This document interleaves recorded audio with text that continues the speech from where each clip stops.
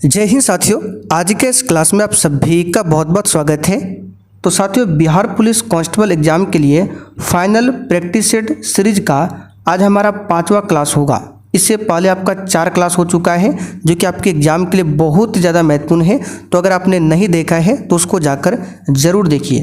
तो आज के प्रैक्टिस सेट सीरीज 5 में जीके, साइंस, मैथ्स ये सब क्वेश्चन रहने वाला है। तो पूरा क्लास को ध्यान से लगाइए।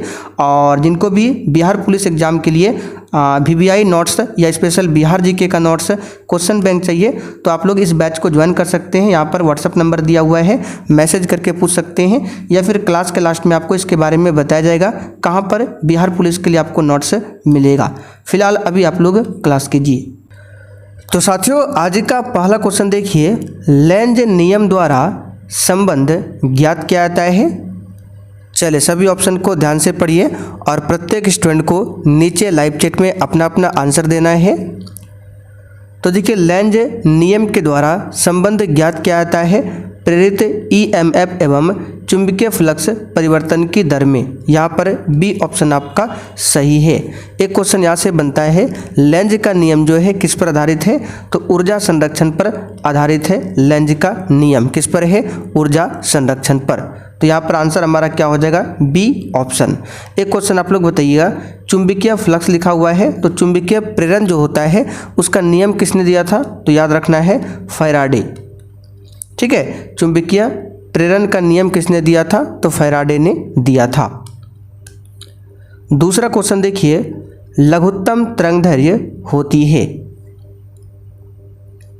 चलिए क्वेश्चन 2 के लिए आंसर बताइए, लघुत्तम तरंगदैर्घ्य किसकी होती है? तो यहाँ पर इस क्वेश्चन का आंसर हो जाएगा गामा किरण। लघुत्तम तरंगदैर्घ्य जो है गामा किरण की होती है। गामा किरण की बात करें, इसकी आवृत्ति एवं ऊर्जा भी अत्यधिक होता है। ठीक है, गामा किरण की आवृत्ति और ऊर्जा दोनों क्या होता है? अधिक होता है। एक्स किरण की बात करें तो इसकी खोज किसने किया था? रॉन्टजन ने किया था। परावैंगनी किरण की खोज किसने किया था? रिटर ने किया था। किसने किया था? रिटर ने किया था। तीसरा क्वेश्चन, घनानंद किस काल के कवि थे? बताइए क्वेश्चन 3 के लिए आंसर क्या होगा? घनानंद किस काल के कवि थे? तो यहाँ पर इस क्वेश्चन का आंसर हो जाएगा रीतिकाल। इंपॉर्टेंट क्वेश्चन है, घनानंद जो है रीतिकाल के कवि थे। सी ऑप्शन आपका सही है। मीराबाई पूछा जाता है किस काल की कवित्री थी? तो याद रखिएगा मीराबाई जो है भक्ति काल की कवित्री थी। अगला क्वेश्चन, गुरु नानक के पिता का नाम क्या था? बताइए क्वेश्चन 4 के लिए आंसर, गुरु नानक के पिता का नाम क्या था? तो यहाँ पर इस क्वेश्चन का आंसर हो जाएगा ऑप्शन सी, कालू चंद खत्री। गुरु नानक देव के पिता का नाम था। ठीक है, गुरु नानक देव सिख धर्म के संस्थापक थे, यानी कि सिख धर्म में पहले गुरु कौन हुए हैं? गुरु नानक देव। आप लोग कमेंट करके बताइए इनका जन्म कब और कहाँ पर हुआ था। आगे देखिए, रस खान की भक्ति कैसी थी? प्रैक्टिस सेट में क्वेश्चन थोड़ा सा टफ है लेकिन एग्जाम के लिए बहुत ज़्यादा महत्वपूर्ण है। बताइए रस खान की भक्ति कैसी थी? तो यहाँ पर इसका सही जवाब है निर्गुण। रस खान की भक्ति जो है निर्गुण थी। बी वाला ऑप्शन राइट है। और देखिए, जो भी साथी चैनल पर पहली बार आए हैं आप लोग चैनल को जरूर सब्सक्राइब कर लीजिए ताकि बिहार पुलिस से रिलेटेड आपसे एक भी क्लास छूटे ना। अगला क्वेश्चन, लोहे पर निम्नलिखित धातु का लेपन गैल्वेनीकरण कहलाता है। बताइए क्वेश्चन 6 के लिए आंसर, लोहे पर निम्नलिखित धातु का लेपन गैल्वेनीकरण कहलाता है। तो सिंपल सा क्वेश्चन है, जिंक की परत को चढ़ाना ही गैल्वेनीकरण कहलाता है। डी वाला ऑप्शन आपका सही है। अच्छा, लोहा पर जो जंग लगता है, पूछा जाता है जंग लगने से भार बढ़ता है या फिर घटता है? तो याद रखिएगा, लोहे पर जंग लगने से भार बढ़ता है। क्या होता है? बढ़ता है। जिंक का परमाणु क्रमांक कितना होता है? 30। कितना होता है? 30 होता है। अगला क्वेश्चन, निम्न में से कौन सी मेंडलीव के आवर्त वर्गीकरण की विशेषता नहीं है? चलिए क्वेश्चन 7 के लिए आंसर बताइए और डिस्क्रिप्शन बॉक्स में टेलीग्राम का भी लिंक दिया हुआ है, उसको ज्वाइन कर लीजिए ताकि आपको डेली क्लास का लिंक मिलता रहे। तो मेंडलीव के आवर्त वर्गीकरण की विशेषता क्या नहीं है? तो यहाँ पर देखिए दिया हुआ है समस्थानिकों की सही स्थिति, जो कि गलत है। ठीक है, मेंडलीव का जो आवर्त सारणी है उसमें समस्थानिकों की स्थिति सही नहीं है, लेकिन यहाँ पर दिया है स्थिति सही, ये गलत है। डी ऑप्शन यहाँ पर आपका राइट है। मेंडलीव के आवर्त सारणी में 9 वर्ग थे और आवर्त कितने थे? 7 आवर्त थे। ठीक है, 7 आवर्त थे।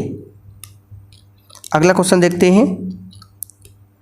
निम्नलिखित में से कौन सा अम्ल क्षारक सूचक नहीं है?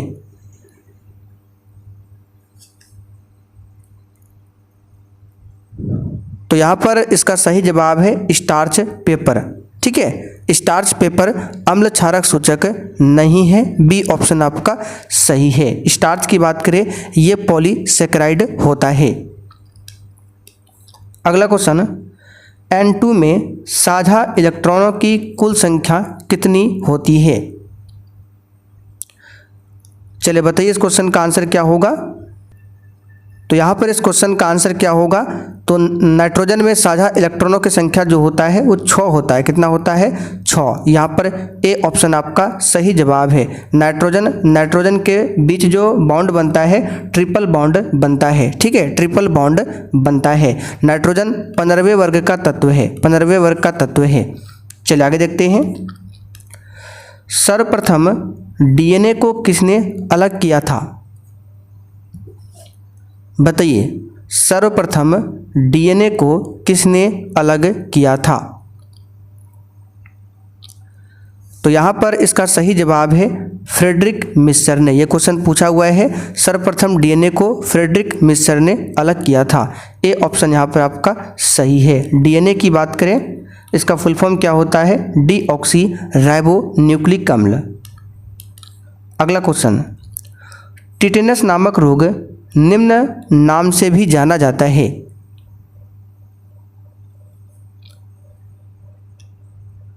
तो टिटेनस नामक रोग जो है लॉक जॉ नामक से भी जाना जाता है। यहाँ पर देखिए सी ऑप्शन में दिया हुआ है। अच्छा, बैक्टीरिया से कौन कौन सा रोग होता है ये हम आपको कई बार बता चुके हैं, फिर भी बता देते हैं। जैसे कि हैजा हो गया, ठीक है, हैजा हो गया, उसके बाद आपका टाइफाइड हो गया, प्लेग, डिप्थीरिया, काली खांसी, ये सभी क्या है? बैक्टीरिया के कारण होने वाला रोग है।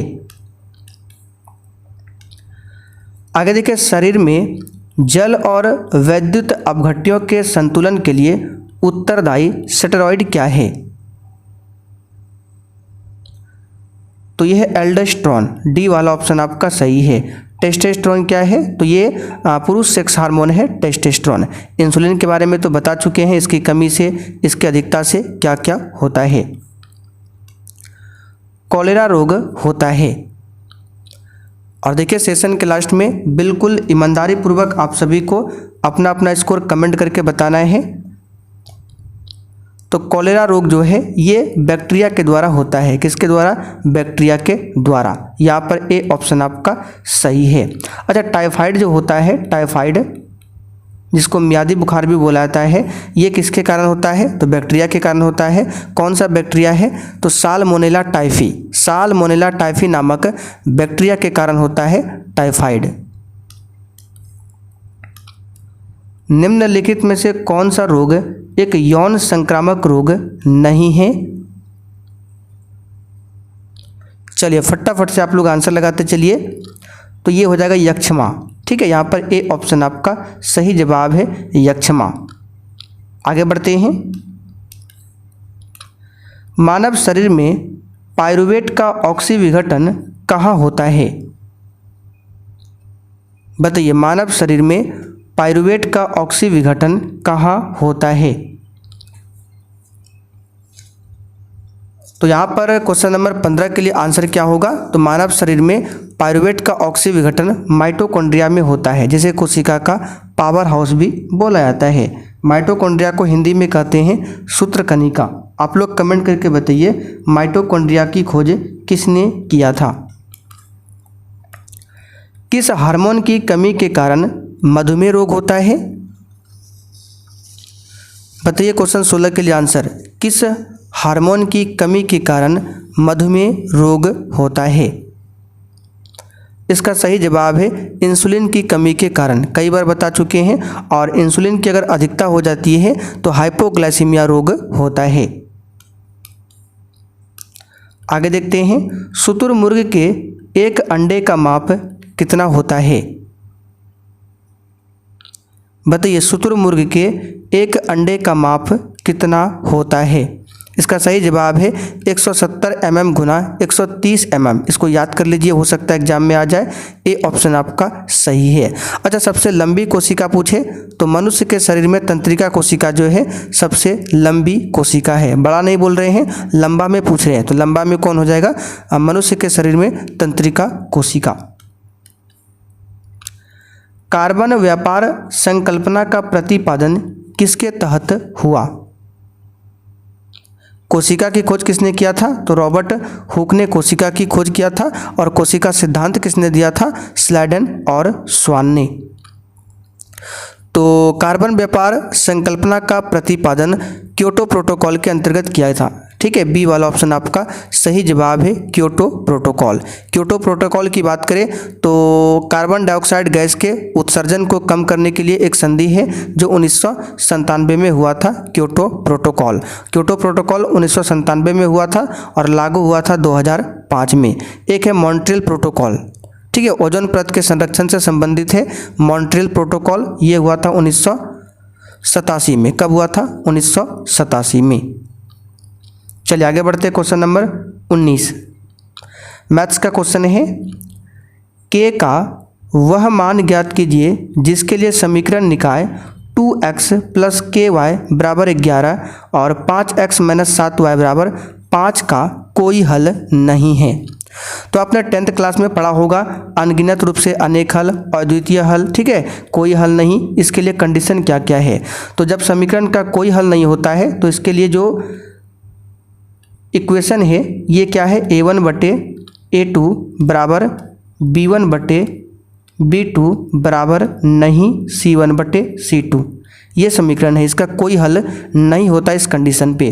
तो यहाँ पर a1 बटे a2 और b1 बटे b2 का मान रखते हैं। तो यहाँ पर देखिए x के पीछे जो है 2, ये a1 हो गया, और यहाँ पर x के पीछे जो 5 है ये हो गया a2।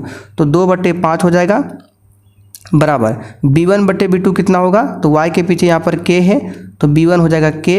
b2 कितना होगा? y के पीछे यहाँ पर क्या है? तो y के पीछे यहाँ पर -7 है तो यहाँ पर हो जाएगा -7। अब इसको क्रॉस में गुना कर दीजिए, k गुना 5 तो 5k और -7 गुना 2 -14 हो जाएगा। तो k बराबर कितना हो जाएगा? -14 बटे 5।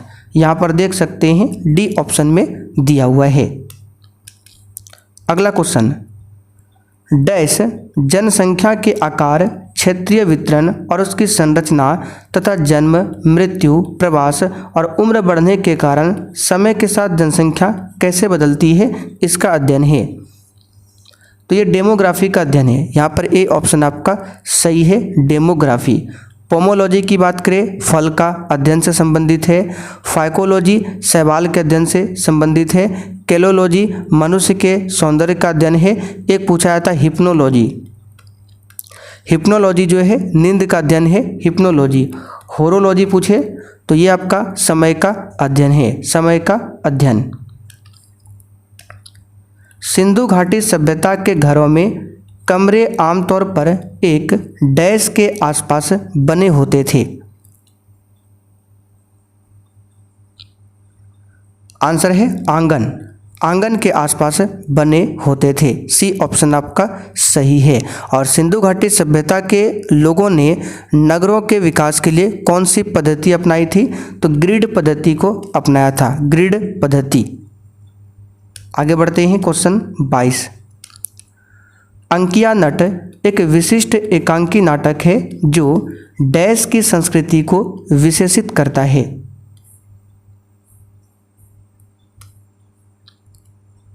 तो अंकिया नट की बात करें, ये कहाँ का हो जाएगा? तो असम, असम का हो जाएगा। सी वाला ऑप्शन आपका सही है, असम। और अंकिया नट जो है असम की वैष्णव शंकर देव द्वारा प्रारंभ की गई थी। एक पूछा था तमाशा कहाँ का लोक नृत्य है, तो ये महाराष्ट्र का प्रसिद्ध लोक नाट्य है तमाशा, लोक नृत्य नहीं लोक नाट्य। और लावनी पूछे कहाँ का लोक नृत्य है, तो ये महाराष्ट्र का है। महावेली गंगा डैश की सबसे लंबी नदी है, बताइए महावेली गंगा जो है किसकी सबसे लंबी नदी है। इसका आंसर है श्रीलंका की सबसे लंबी नदी है महावेली गंगा। अच्छा श्रीलंका का सबसे बड़ा बंदरगाह पूछे कौन सा है, तो कोलंबो ये श्रीलंका का सबसे बड़ा बंदरगाह है। श्रीलंका में एक जनजाति पाई जाती है बेद्दास जनजाति, पूछा जाता है बेद्दास जनजाति कहाँ पाई जाती है, श्रीलंका। अच्छा नेपाल की सबसे लंबी नदी क्या है, तो कर्णाली नदी नेपाल की सबसे लंबी नदी है। पाकिस्तान की सबसे लंबी नदी पूछे सिंधु। भूटान की सबसे लंबी नदी पूछे तो मानस नदी, ये भूटान की सबसे लंबी नदी है। निर्गम मूल्य क्या है, बताइए निर्गम मूल्य क्या है। तो निर्गम मूल्य यह बाजार मूल्य से कम मूल्य होता है, बी वाला ऑप्शन सही है। आगे बढ़ते हैं, इनमें से कौन से भिन्न 3/4 और 6/7 के बीच आएगी। तो नॉर्मल सा क्वेश्चन है, 3/4 इसका मतलब है 0.75, 6/7 इसका मतलब है 0.85। तो 0.75 और 0.85 के बीच क्या आएगा, तो 5/9 की बात करें तो 0.55 है, ये तो आएगा नहीं। 9/10 का मतलब 0.9, ये भी नहीं आएगा। 9/11 का मतलब 0.81 ये आ सकता है। सी वाला ऑप्शन यहाँ पर आपका सही है। बाकी इसका अगर देखें तो ये 1.2 है तो अधिक है, तो आपका 0.75 और 0.85 के बीच 0.81 आएगा। सी वाला यहाँ पर सही है। आगे देखिए, बंगाल किसके नेतृत्व में धीरे धीरे मुगल नियंत्रण से अलग हो गया। बताइए बंगाल जो है किसके नेतृत्व में धीरे धीरे मुगल नियंत्रण से अलग हो गया, तो मुर्शिद कुली खां के नेतृत्व में। सी ऑप्शन यहाँ पर आपका राइट है। अगला क्वेश्चन, आंध्र राज्य अधिनियम 1953 द्वारा भारत के डैश भाषाई राज्य का गठन किया गया।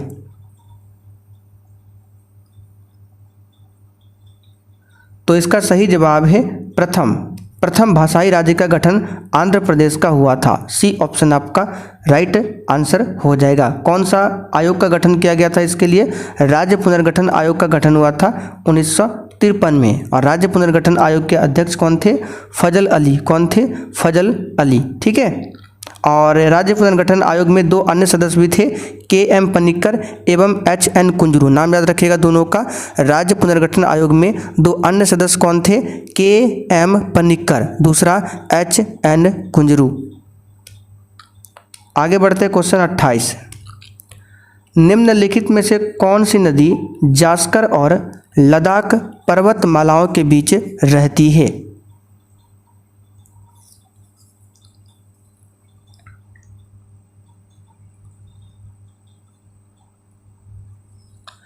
तो कौन सी नदी जास्कर और लद्दाख पर्वतमालाओं के बीच बहती है, तो इस क्वेश्चन का आंसर आपका हो जाएगा डी ऑप्शन सिंधु नदी।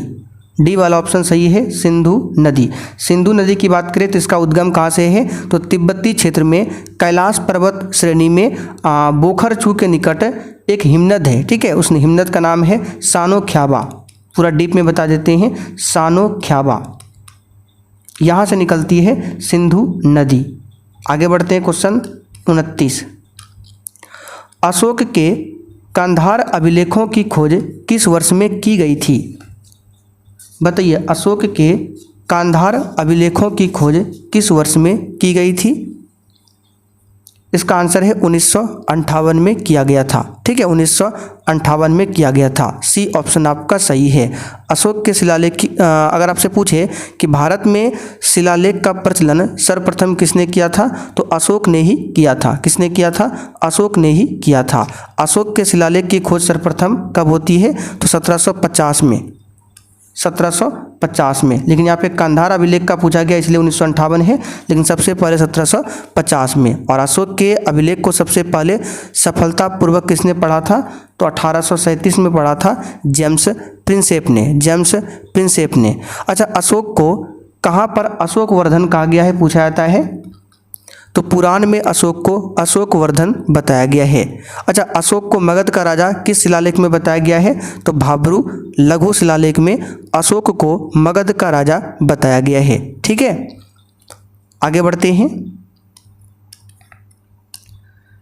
हिमालय पर्वत की सुदूर उत्तरी पर्वतमालाओं को किस नाम से जाना जाता है? बताइए, हिमालय पर्वत की सुदूर उत्तरी पर्वतमालाओं को किस नाम से जाना जाता है?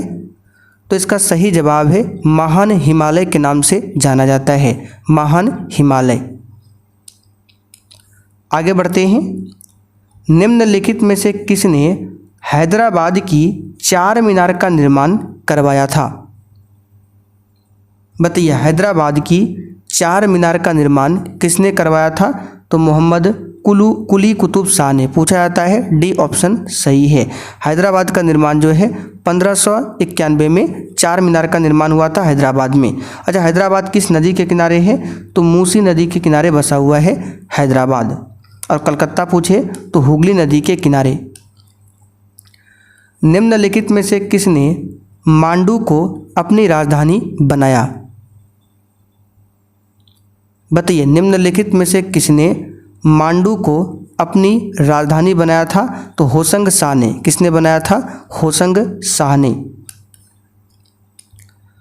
आगे देखिए, 1965 में ज्ञानपीठ पुरस्कार पाने वाले प्रथम व्यक्ति कौन थे? 33 के लिए आंसर बताइए। 1965 में ज्ञानपीठ पुरस्कार पाने वाले प्रथम व्यक्ति कौन थे? इसका सही जवाब है जी शंकर कुरूप। कौन थे? जी शंकर कुरूप। अच्छा, हिंदी में अगर पूछे ज्ञानपीठ पुरस्कार से सम्मानित होने वाले पहले हिंदी के रचनाकार कौन थे? सुमित्रा नंदन पंत।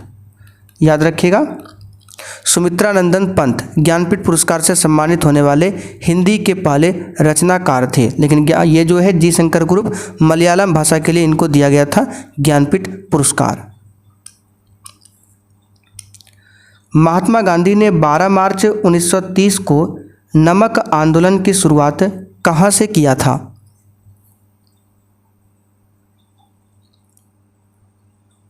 तो ये किया था कहाँ से? तो इस क्वेश्चन का आंसर हो जाएगा साबरमती से। ठीक है, कई बार बता चुके, साबरमती से। महात्मा गांधी साबरमती आश्रम से 78 सहभागियों के साथ सत्याग्रह के लिए कूच किया था महात्मा गांधी ने। और 24 दिनों की लंबी यात्रा के बाद 6 अप्रैल 1930 को दांडी में सांकेतिक रूप से नमक कानून भंग करते हैं। ये सब बता चुके हैं। चंपारण सत्याग्रह 1917 में हुआ था।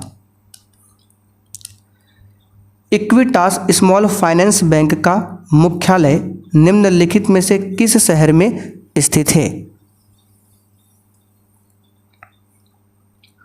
तो साथियों, चेन्नई में है। कहाँ पर है? चेन्नई में स्थित है। अगला क्वेश्चन, निम्नलिखित में से कौन सी ब्रिटिश भारत में नील की खेती से संबंधित एक प्रणाली थी? बताइए, कौन सी ब्रिटिश भारत में नील की खेती से संबंधित एक प्रणाली थी? तो ये हो जाएगा ऑप्शन कौन सा बताइए? तो निज जो है ब्रिटिश भारत में नील की खेती से संबंधित एक प्रणाली थी। अच्छा, नील विद्रोह जो हुआ था पूछा जाता है सर्वप्रथम कहाँ पर हुआ था? तो बंगाल के नादिया जिले में हुआ था नील विद्रोह। मुगल बादशाह अकबर की मृत्यु निम्नलिखित में से किस वर्ष में हुई थी?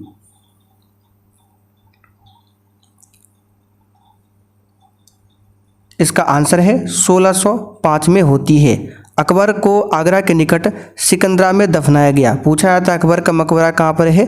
सिकंदरा में। अच्छा, अकबर का जन्म कब हुआ था? तो 15 अक्टूबर 1542 को हुआ था अमरकोट के राजा बीरसाल के महल में। ठीक है, बीरसाल के महल में। चलिए अच्छा, ये 1540 का जो डेट है आपको याद होगा, कन्नौज या बिलग्राम का युद्ध। इसमें हुमायूं को शेरशाह से पराजित होना पड़ा था कन्नौज या बिलग्राम के युद्ध में। निम्नलिखित में से किस राज्य में नाहरगढ़ किला स्थित है?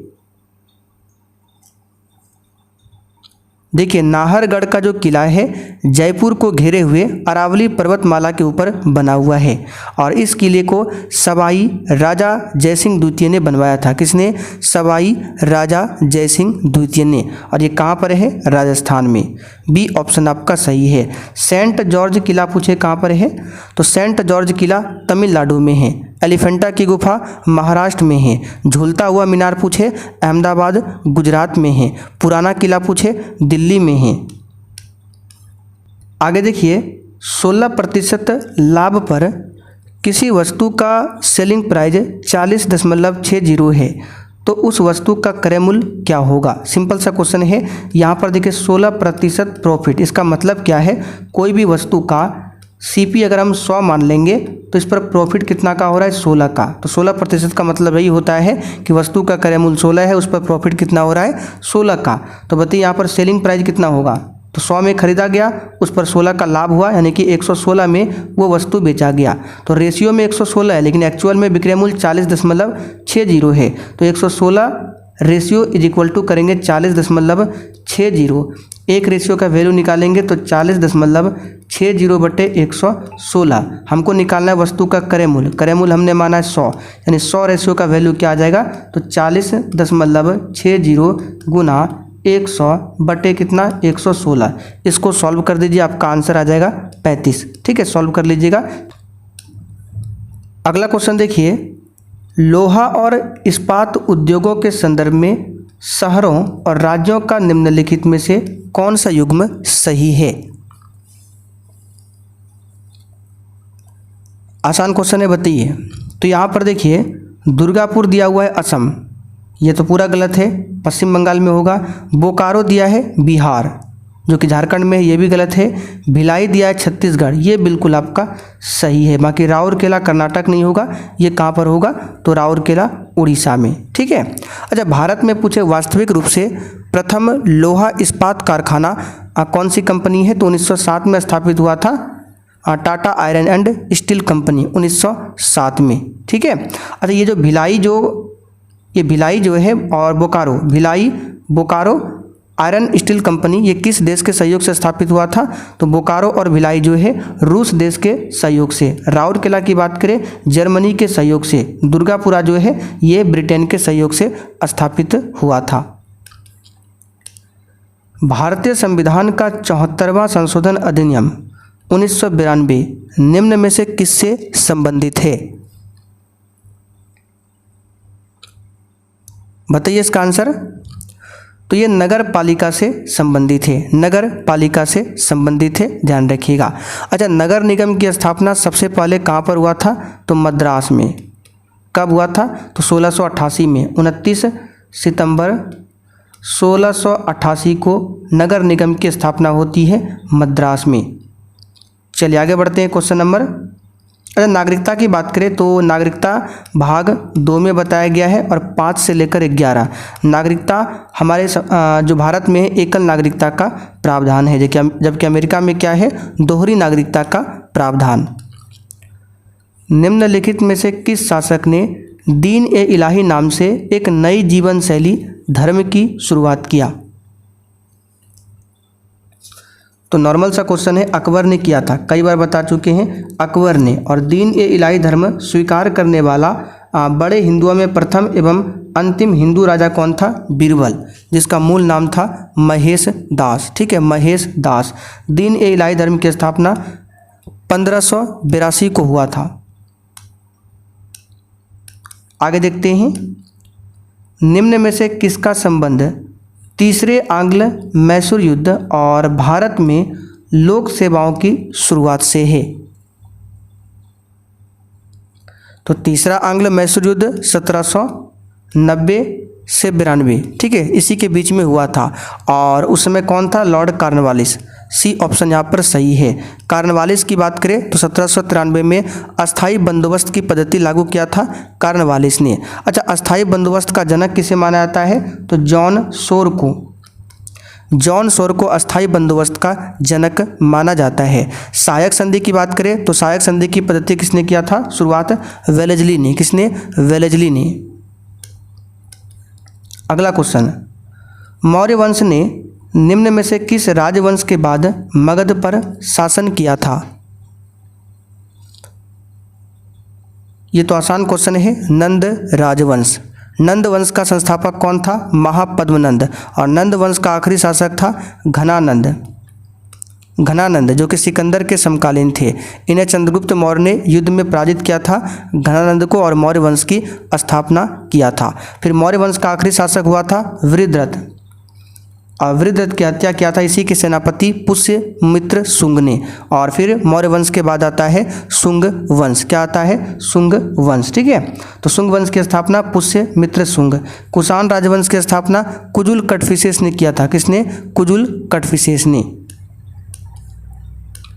शांताराम निम्न में से किस लेखक द्वारा रचित उपन्यास है?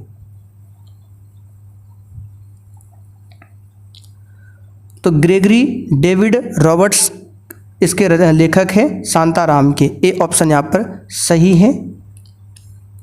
अगला क्वेश्चन, महामघम उत्सव प्रत्येक 12 वर्ष में एक बार डैश में मनाया जाता है। आंसर है तमिलनाडु में। कहाँ पर? तमिलनाडु में प्रत्येक 12 वर्ष में एक बार ये उत्सव मनाया जाता है। अगला क्वेश्चन, 1991-92 में पहला डैश विश्वविद्यालय आनंद को प्रदान किया गया था।